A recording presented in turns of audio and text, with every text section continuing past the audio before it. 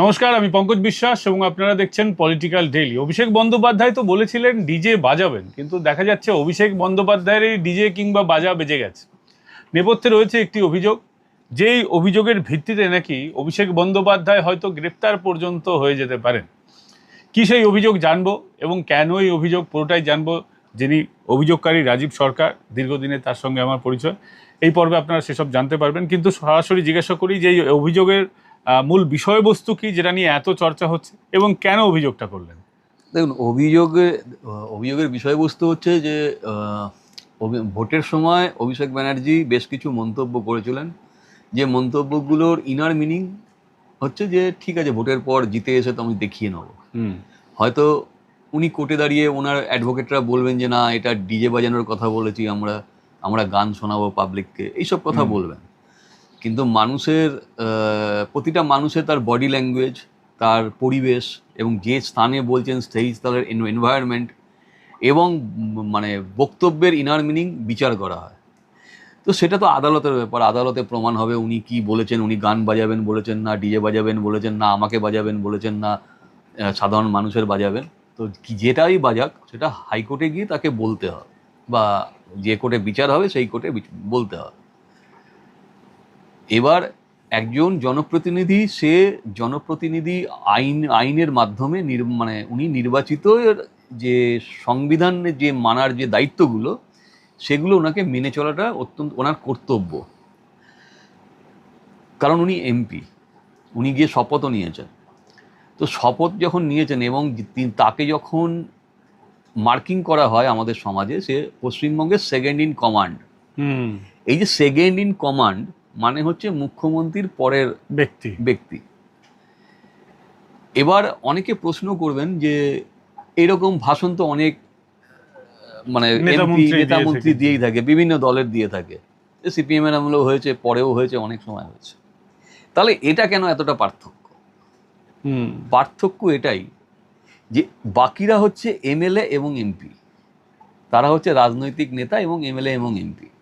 প্রত্যেকের তার নিজস্ব একটা এলাকা ভিত্তিক তার একটা এরিয়া আছে, তার নিজস্ব এরিয়ার বাইরে সে আর সেরকম প্রভাবশালী নয়।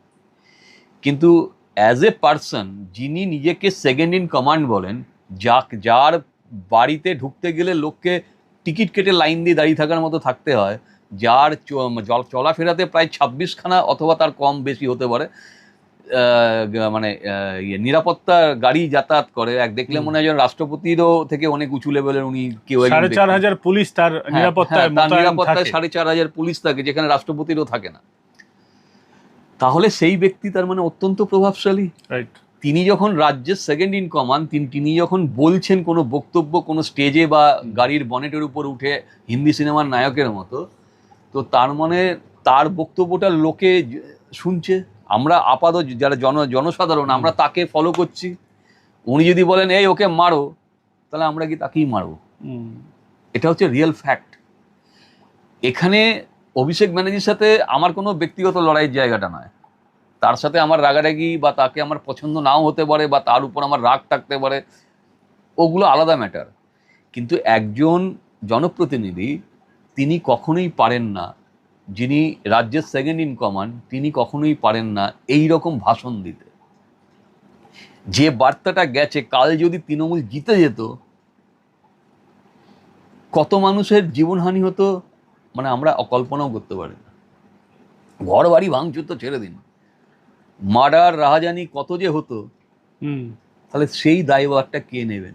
অভিষেক ব্যানার্জি নিতেন? হয়েছিল তো 21-এর নির্বাচনের আগে তো প্রচুর মানুষ মারা গেছিলেন। 21-এর পোস্টপোল ভায়োলেন্সে তো কয়েকশো কর্মী মারা গেছে। পোস্টপোল ভায়োলেন্সে কত লোক মারা গেছে, এগুলোর পিছনে তো এই সমস্ত উত্তেজনামূলক বক্তব্যগুলোই দায়ী। কারণ ভোটের আগে নেতারা ভোট পাওয়ার জন্য যা খুশি তাই করেন, পরবর্তীকালে কি এফেক্ট হবে সেটা তো কেউ চিন্তা করেন না। ভোটের পরে জিতে যাওয়ার পরে যে আনন্দ, তারা যে অনেকে আছে মদ্যপ অবস্থায় থাকে, বেশিরভাগ সময় ভোটের পরে অনেকেই মদ্যপ অবস্থায় থাকে এবং চার্জড আপ হয়ে থাকে পলিটিক্যালি, একদম পুরো চার্জড আপ হয়ে একদম যা খুশি করতে পারে, লাইসেন্স পেয়ে যান। তো সেটা তো হবেই। এই জায়গাটা কন্ট্রোল করাটা জরুরি। সেখানে যদি একজন জনপ্রতিনিধি নিজেই বলেন যে আমি দেখে নেবো, ভোটটা শেষ হোক, ন্যাচারালি যেটা হওয়ার সেটাই হবে। এক্ষেত্রে আরেকটা কথা বলবো যে শুধু অভিষেক বন্দ্যোপাধ্যায় নন, অভিষেক বন্দ্যোপাধ্যায়ের পিসিমা, রাজ্যের প্রাক্তন সর্বময় কর্ত্রী, তিনিও বলেছিলেন যে ভোটের পর বিজেপির হয়ে যারা কাজ করছো তোমাদের নাড়ু খাওয়াবো।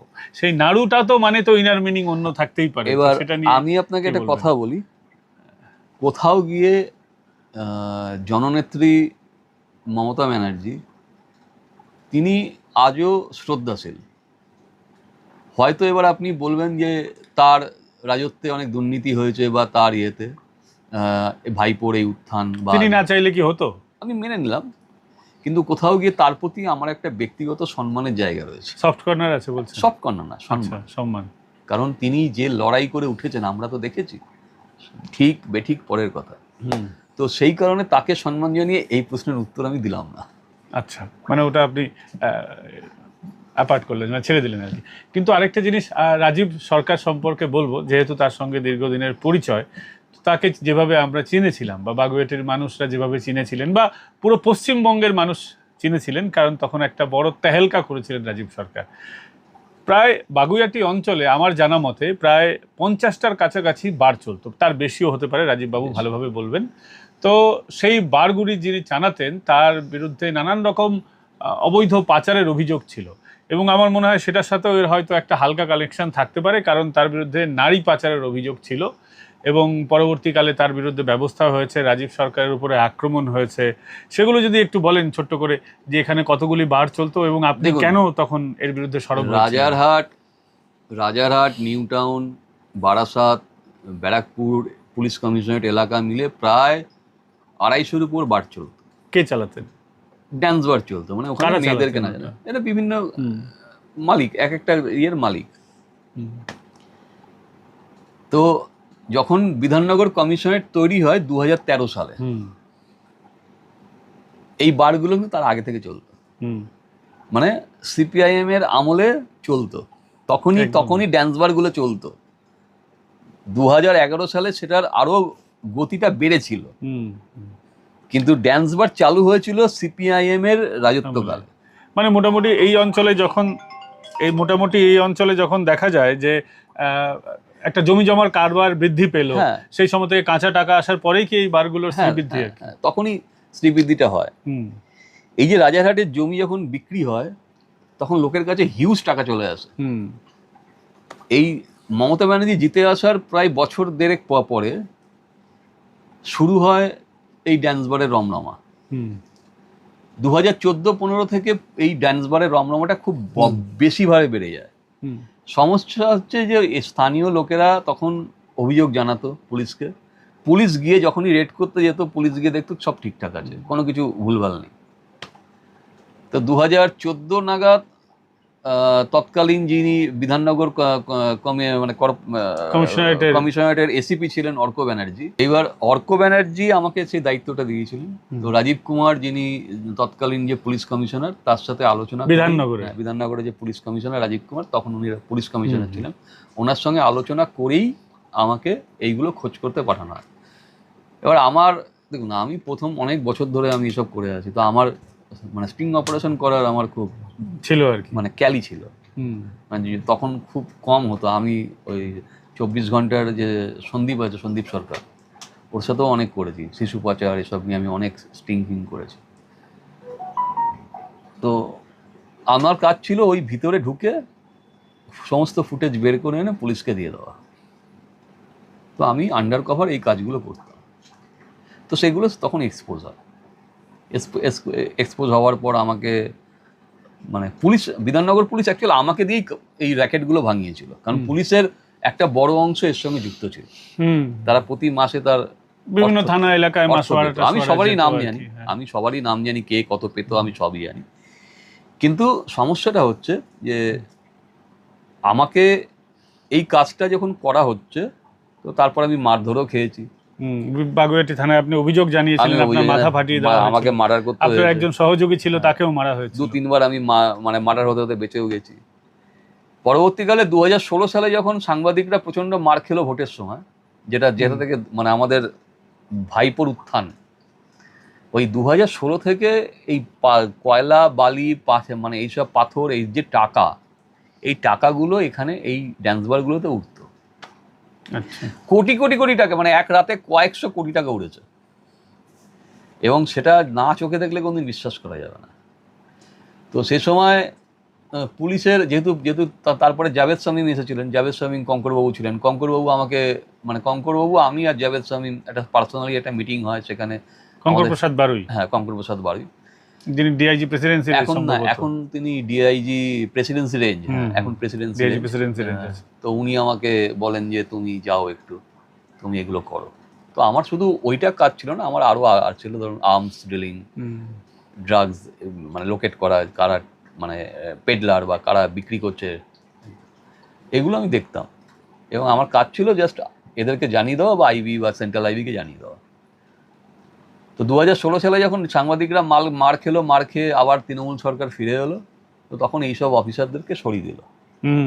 তখন দেবাশিস ধরও ছিলেন, দেবাশিস ধরকেও সরিয়ে দিল, সম্ভবত এডিসিপি বোধহয় ছিলেন। হ্যাঁ, না, তখন ডিসিপি ছিলেন, ডিসিপি হয়েছিল, ডিসিপি বিধাননগর। তো ওনাকেও সরিয়ে দিলেন।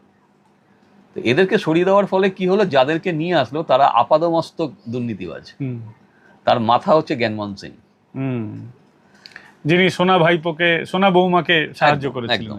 এবং এবং এই জ্ঞানমোহন সিং হচ্ছে সেই রিজানুর রহমানের আত্মহত্যার কেসে একদিনের জেল খাটা আসামি। হ্যাঁ হ্যাঁ হ্যাঁ, ঠিক আছে।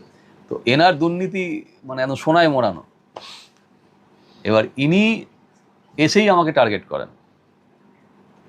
এই যে আমি পুলিশের হয়েই যে আমি চাকরি করতে গেছিলাম ড্যান্স বারে আমাকে যে চাকরি করতে পাঠানো হয়েছিল, সেইটাকে উনি আমাকে টুল হিসেবে ব্যবহার করে আমাকে কানেকশন করিয়ে দিলেন যে আমি মেয়ে পাচার করতাম।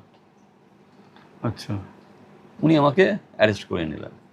আপনি একজনের নাম বলছেন না, যিনি এই অঞ্চলে 50টা মতো বার চালাতেন, একটু তার নামটা একটু। না, জগজিৎ সিং। জগজিৎ সিং, দেখুন একটা আপনাকে বলি, জগজিৎ সিং এর বিষয়টা হচ্ছে, জগজিৎ সিং বার চালাতেন। হ্যাঁ, তার কাজ ছিল বার চালানো, কিন্তু তিনিও তো অবৈধভাবে চালাতেন। মেয়ে পাচার এই জিনিসটা সম্পূর্ণ আলাদা। উনি করতেন না এটা। আমি আপনাকে কি বলছি, আমি পুরো একটা রিপোর্ট দিয়েছিলাম 2016 সালের ডিসেম্বর মাসে জ্ঞানমোহন সিংকে। তাতে পরিষ্কার বলা ছিল এই অঞ্চলে কারা কারা মেয়ে সাপ্লাই করতো এবং কারা অ্যাকচুয়াল মেয়ে ট্রাফিকার। সম্ভবত একটা তদন্তও হয়েছিল বিধাননগর পুলিশের। না, আচ্ছা, ওই চিঠিটাকে উনি গায়েব করে দিয়েছেন। এবং ওখানে যে 23 জন 24 জনের নাম ছিল যারা মেয়ে পাচারকারী, তাদেরকে উনি পালিয়ে যেতে সাহায্য করেছিলেন। আচ্ছা, এবং এই যে আপনাকে আমি বক্তব্যটা বলছি, এটা 2023 সালে আমি সম্পূর্ণ এটা মানে এইরকম মোটা অভিযোগপত্র করে আমি মিনিস্ট্রি অফ হোমকে দিয়েছিলাম, এবং ডিজিপি আমাদের পশ্চিমবঙ্গ সরকারকে দিয়েছিলাম। মিনিস্ট্রি অফ রাজীব কুমার কি তখন? না, রাজীব তো অন্য কোনো ডিপার্টমেন্ট। আচ্ছা, তিনি ডিজিপি ছিলেন না তখন? না, তখন অন্য কাউকে, তখন উনি আইপিএস, অন্য কোনো ডিপার্টমেন্ট। তো 2023 সালে মিনিস্ট্রি অফ হোম অ্যাফেয়ার্স কলকাতায় আসে। এসে তারা পুরো টিম নিয়ে কলকাতায় আসে, এসে আমার অভিযোগের ভিত্তিতে পুরো তদন্ত হয়, যে আমি মিথ্যে বলছি না সত্যি বলছি, পুরো ইনভেস্টিগেশন হয়। এবং মিনিস্ট্রি অফ হোম অ্যাফেয়ার্স জিজ্ঞাসাবাদ করেন কঙ্করবাবুকেও। দেখা যায় যে আমি যা বলেছি সবই সত্যি। আচ্ছা, সেই রিপোর্ট জমা পড়ে মিনিস্ট্রি অফ হোম অ্যাফেয়ার্সে। মিনিস্ট্রি অফ হোম অ্যাফেয়ার্স একটা গোপন রিপোর্ট সহ একটা চিঠি পাঠায়, তার একটা চিঠির কপি আমাকে পাঠিয়েছিলেন। সেখানে বলা আছে জ্ঞানমোহন সিং এর এগেনস্টে এনকোয়ারি করার জন্য 2023 সালে। আজ অবধি সেটা এনকোয়ারি হয়নি। হয়তো আইপিএস লবি কাজ করে সেসবের বিষয়ে। কিন্তু আমি একটা জানতে চাইবো যে ওই সময় একটা অভিযোগ উঠেছিল যে নেপাল থেকেও নাকি পশ্চিমবঙ্গের মেয়ে আনা হতো, নেপাল থেকে, বাংলাদেশ থেকে, প্রচুর। আমাদের এই সুন্দরবন থেকে আসতো, সব থেকে বেশি আসতো আপনার ঔরঙ্গাবাদ থেকে। ঔরঙ্গাবাদ। এবং এদেরকে নিয়ে আসতো যারা, আমি তাদের নামই দিয়েছিলাম। এরা দেখুন, মিডিয়াকে খাওয়ানো হয়েছে জগজিৎ সিং মেয়ে পাচার করে, ওরকম রিপোর্ট এটা মিডিয়া পাচার মানে প্রচার করেছে। এটা পুলিশের তরফ থেকে আমাদের জানানো হয়েছে। আমি তো আপনাকে বলছি, এবং প্রেস করে বা প্রেস হওয়ার পর আমি তো জানি, সেই জন্যই সেই রিপোর্টটা দিয়েছিলাম। 2016 সালের ডিসেম্বর বা জানুয়ারি মাসে, 2017 জানুয়ারি মাসে আমি সেই রিপোর্টটা দিয়েছিলাম। তাতে লেখা আছে কে কারা কারা মেয়ে পাচার করে, পরিষ্কার লেখা আছে। আপনাকে আমি বলছি, জগজিৎ সিং একখানা রেন ড্যান্স বার চালাতেন, উপর থেকে জল পড়তো, সেখানে মেয়েরা নিচে সেখানে নামতো। সমস্ত ইয়ং কাপেলরা নাচতো এবং মেয়েরা ভাড়া করেও আসতো। আপনি বিশ্বাস করবেন কিনা জানি না, আমার একটা রিকোয়েস্টে সেটা বন্ধ করে দিয়েছিল। এক, যে রেন ড্যান্স কোনোদিন পুলিশ খুঁজে পায়নি তল্লাশি করতে গিয়ে, আমার এক কথাতে সেই রেন ড্যান্স বন্ধ হয়েছিল। আরেকটা কথা আপনাকে বলি, যত ড্যান্স বার ছিল সব ড্যান্স বারে মেয়েদের উপর টাকা উঠতো, লাখ মানে কোটি কোটি টাকা এরকম করে ওড়ানো হতো। দেখেছি, নিজের চোখে দেখা। জগজিৎ সিং আমার এক কথাতে, উনি সমস্ত ড্যান্স বারে উনি টাকা ওড়ানো বন্ধ করে কুপন ওড়ানো শুরু করলেন।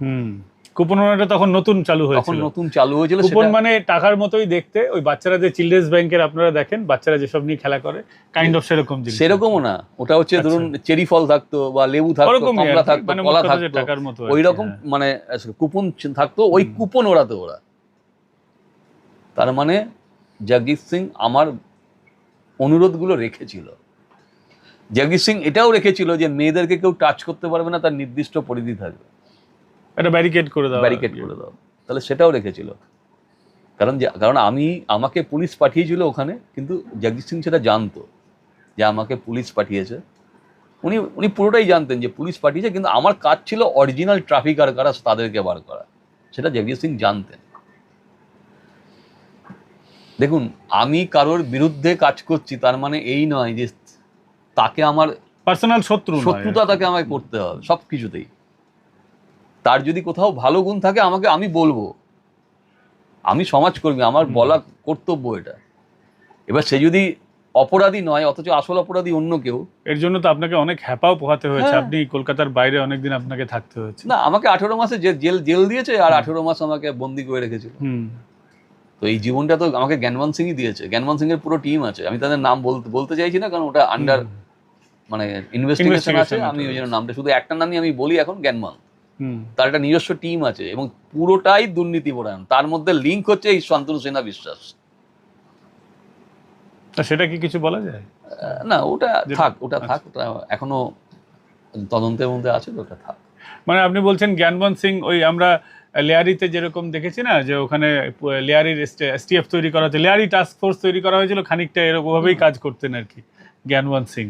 ওনার সঞ্জু বাবার মতন। ওনার ছিল অ্যাকচুয়াল মানে উনি ছিলেন তোলাবাজিতে মাস্টার, মানে ধুরন্ধরের ওই খানিকটা সঞ্জু বাবার মতো। একদম তোলাবাজিতে মাস্টার পিস লোক। মানে আমার কমপ্লেনে সব লেখা আছে, যে কমপ্লেন লেটারটা জমা পড়েছে, মানে চিন্তার বাইরে। এবং এই জ্ঞানবন্ত সিং এর বিরুদ্ধেই অভিযোগ, যখন অভিষেক বন্দ্যোপাধ্যায়ের স্ত্রী রুজিরা নারুলা বন্দ্যোপাধ্যায়, যে নামই হোক, ওনার তো অনেক কিছু নিয়ে নাম এবং পিতৃদেবের নাম নিয়ে সমস্যা আছে, তো সেটা আলাদা বিষয়। কিন্তু ওনার বিরুদ্ধে যে অভিযোগ, উনি যখন সোনা নিয়ে আসছিলেন তখন এই জ্ঞানবন্তের বিরুদ্ধেই অভিযোগ যে পুরোটাকে মিসহ্যান্ডেল করেছিলেন, এরকমটা অভিযোগ। পরবর্তীকালে আমরা দেখেছি যে একদিন আগে শুভেন্দু অধিকারী, তিনিও 24টা অভিষেক বন্দ্যোপাধ্যায়ের প্লট বা তার দুর্নীতির বিরুদ্ধে মুখ খুলেছেন। এগুলো সম্পর্কে কি আপনি কোনো মন্তব্য করবেন?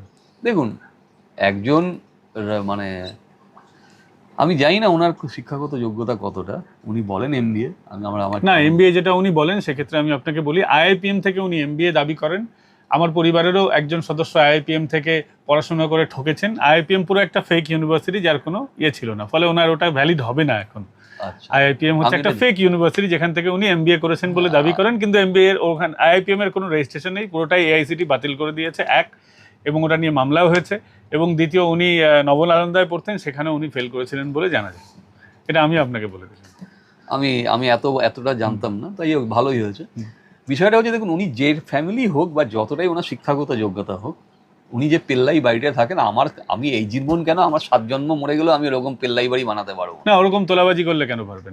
দেখুন, আমি সুযোগ পেয়েছিলাম, আমি যা সুযোগ পেয়েছি জীবনে টাকার, সে মানে আমি এইরকম থাকার কথা নয়। আমি মানে মার্সিডিজ, যত 10টা মার্সিডিজ আমার পিছনে ঘুরে বেড়াতো, আমি এতটাই। জগজিৎ সিং এর সঙ্গে যারা সে সময় ছিলেন তারা অনেক কিছু করেছে। আমি জীবনে, কারণ আমাকে জগজিৎ সিং জানতো যে আমি পুলিশের লোক, ওটা ও খুব ভালো করে জানতো। কারণ ও আমাকে চাকরিটা দেওয়ার সময়, পুলিশ যখন মানে কঙ্করবাবু জাভেদ সামিমের সঙ্গে কথা বলেই, যে কঙ্করবাবু কথা বলেন জগজিৎ সিং এর সঙ্গে যে ওর একটা কাজেরও দরকার আছে, আর আমাদেরও কিছু প্রয়োজন, আমাদের কিছু ইনফরমেশন লাগবে, তো তুমি ওকে নিয়ে নাও, ওর খুঁজে বার করুক যে কারা এইসবগুলো করছে। এবং বিশ্বাস করুন, আমি সত্যি কথা বলছি, আমি যখন ওই মানে বারে যখন কাজ করতাম, মেয়েরা আমাকে অত্যন্ত ভালোবাসতো। তারা আমাকে নিজেরা দেখিয়ে দিয়েছে এই লোকটা ট্রাফিকার। এবং তারা আমাকে বলতো যে আমরা তো কিছু করতে পারলাম না দাদা, এটাকে ছেড়ো না। জ্ঞানমোহন সিং সেই জায়গাটাকে নষ্ট করে দিয়েছে। এবং আপনাকে আমি এইবার মানে রেকর্ডে বলছি, জ্ঞানমোহন সিং যে আমার অভিযোগপত্রটাকে পুড়িয়ে দিয়েছিলেন সেটা কনফার্ম করেছেন মানে এর আগের পুলিশ কমিশনার লিখিত। আমার একটা চিঠি মানে একটা কোনো ডকুমেন্ট বিধাননগর কমিশনারেটে নেই, এমনকি বাগুইআটি থানাতেও নেই। মানে আমার সব চিঠিপত্র সব মিসিং, এবং লিখিত দিয়েছে আমাকে সরকারিভাবে। আপনি বুঝতে পারছেন কত বড় বিরাট বড় র্যাকেট চলতো, এবং এর মধ্যে পুলিশই জড়িয়ে ছিল। বন্ধুরা, আপনারা শুনলেন অনেক গল্প। এগুলো গল্প না, এগুলো সত্য কাহিনী যেগুলো ঘটেছে এই বিধাননগর অঞ্চলে, এবং এর অনেকটা তো আমরাও জানতাম, কিন্তু যিনি আসল কারিগর আর কি, যিনি এগুলোর বিরুদ্ধে আওয়াজ তুলেছিলেন এবং অনেক কিছু সহ্য করেছেন, উনি যা বললেন অনেকটাই কম। সেই 18 মাসের যন্ত্রণা নিয়েই আলাদা হয়তো একটা এপিসোড, 18+18, হ্যাঁ, মানে মোটা আর কি, মানে যেটা আপনি শুধুমাত্র কলকাতায় ঢুকতে পারেননি যে সময়টা বলছি, ওই সময়টা নিয়েই তো আপনার অনেক ফ্যামিলি লস হয়েছিল সেই সময়, ওটা নিয়ে আলাদা লস। তার আগে আবার 18 মাস জেল। তো সেই সব মিলিয়ে অনেক কাহিনী পরবর্তীকালে শুনবো, কিন্তু আজকে শুনলেন যে অভিষেক বন্দ্যোপাধ্যায়ের বিরুদ্ধে ঠিক কেন অভিযোগ, এবং সেই সময় তার পরবর্তীকালে বা তার আগে বিধাননগরে অ্যাকচুয়ালি পুলিশের কি খেলা চলতো। তারও অনেক বড় এপিসোড আছে, আরও বার অন্য একদিন শুনবো, কারণ যেটা আমরা শুনলাম সেটা সমুদ্রের এক বালতি জলের মতো। বিধাননগরে অনেক কিছুই হতো, এটা নিয়ে পরবর্তীকালে তাদের কাছ থেকে শুনবো। আপাতত এখন বিদায় নিচ্ছি। এই এপিসোড আপনাদের কেমন লাগলো কমেন্ট করে জানাবেন। আপনাদের মতামতের জন্য কমেন্ট বক্স খোলা আছে। আগামীকাল আপনাদের সঙ্গে আবার দেখা হচ্ছে। ভালো থাকবেন।